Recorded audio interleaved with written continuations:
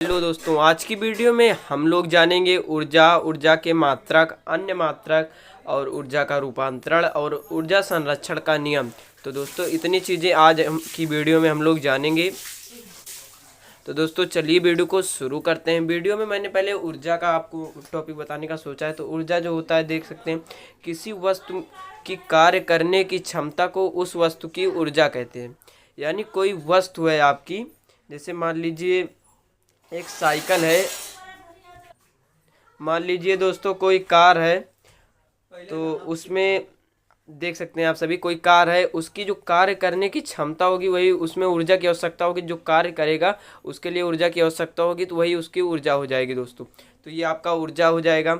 इसका हम एक प्रकार से ऊर्जा देख सकते हैं, यांत्रिक कार्य करने के लिए वस्तु की क्षमता को उसकी ऊर्जा कहते हैं। यानी यांत्रिक यानी यंत्र को कार्य करने के लिए ऊर्जा की क्षमता को उस वस्तु की ऊर्जा कहते हैं। यानी जो क्षमता होती है उसमें ऊर्जा की आवश्यकता होती है, तो उसी को हम कह देते हैं एनर्जी यानी ऊर्जा। तो ऊर्जा का जो मात्रक मान है वो एसआई और एमकेएस पद्धति में जूल है। तो चलिए अन्य मात्रक जो हो जाएगा आपका दोस्तों, औद्योगिक क्षेत्र में ऊर्जा के बड़े मात्रक वाट घंटा तथा किलोवाट घंटा हैं। यानी बड़े मात्रक, जैसे ये जो होता है आपका एमकेएस पद्धति में जूल दिया हुआ है, ये आपका छोटा मात्रक होता है। यानी इससे बड़ा जो होता है वो किलोवाट घंटा होता है और वाट घंटा। तो दोस्तों ये आपका हो गया। तो चलिए चलते हैं अगले पे, उसमें दिया हुआ है आपका ऊर्जा रूपांतरण। तो दोस्तों देख सकते हैं आप सभी, इसमें हम जानेंगे ऊर्जा रूपांतरण जानेंगे और जानेंगे ऊर्जा संरक्षण का नियम।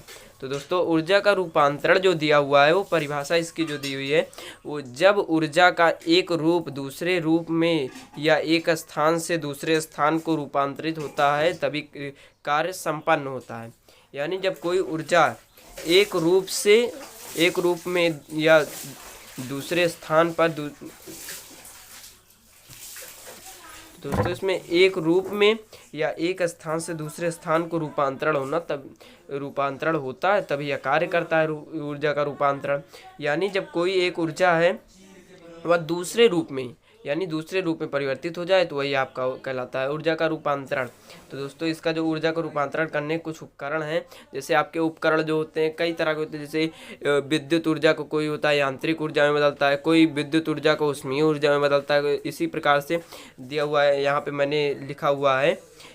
तो इसमें देख सकते हैं विद्युत बल्ब जो होता है वो विद्युत ऊर्जा को प्रकाशीय ऊर्जा में परिवर्तित करता है। दोस्तों इसमें जो विद्युत मोटर होता है वो विद्युत ऊर्जा को यांत्रिक ऊर्जा में परिवर्तित करता है, और जो विद्युत का प्रेस होता है विद्युत ऊर्जा को ऊष्मीय ऊर्जा में परिवर्तित करता है।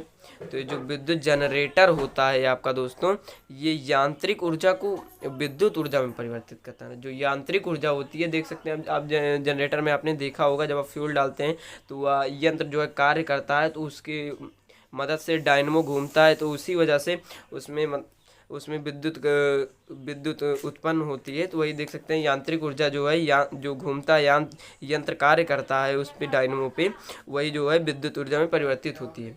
तो दोस्तों आपने ऊर्जा का रूपांतरण, आपको उम्मीद है मुझे समझ में आ गया होगा। दोस्तों चलते हैं ऊर्जा के संरक्षण का नियम। तो इसमें परिभाषा आपकी जो दी हुई है, इस नियम के अनुसार ऊर्जा ना तो उत्पन्न की जा सकती है, ऊर्जा उत्पन्न तो नहीं की जा सकती है और ना ही नष्ट की जा सकती है। ऊर्जा केवल एक रूप से दूसरे रूप में बदली जा सकती है।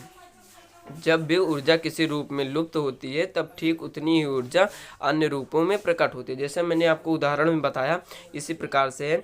जैसे एक ऊर्जा विद्युत बल्ब में आपकी विद्युत ऊर्जा है, वो उत्पन्न तो नहीं हुई है, लेकिन जब जो विद्युत ऊर्जा है वो एक रूप से दूसरे रूप में परिवर्तित हो रही है। जैसे मैंने आपको ये देख सकते हैं, विद्युत ऊर्जा है वो विद्युत के रूप में है।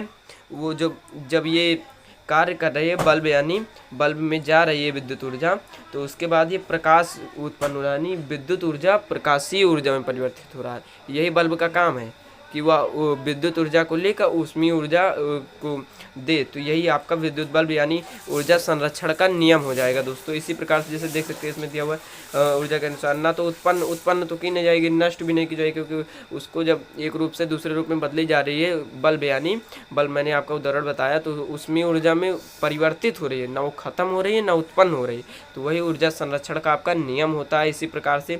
तो दोस्तों उम्मीद है आपको वीडियो समझ में आएगा। वीडियो कैसा लगा कमेंट बॉक्स में बताना, चैनल को सब्सक्राइब करना, लाइक करना। आपको ऐसे ही टॉपिक हमारे चैनल पर मिलते रहेंगे। तो दोस्तों मिलते हैं अगली नई वीडियो में अगले नए टॉपिक के साथ, तब तक के लिए बाय बाय।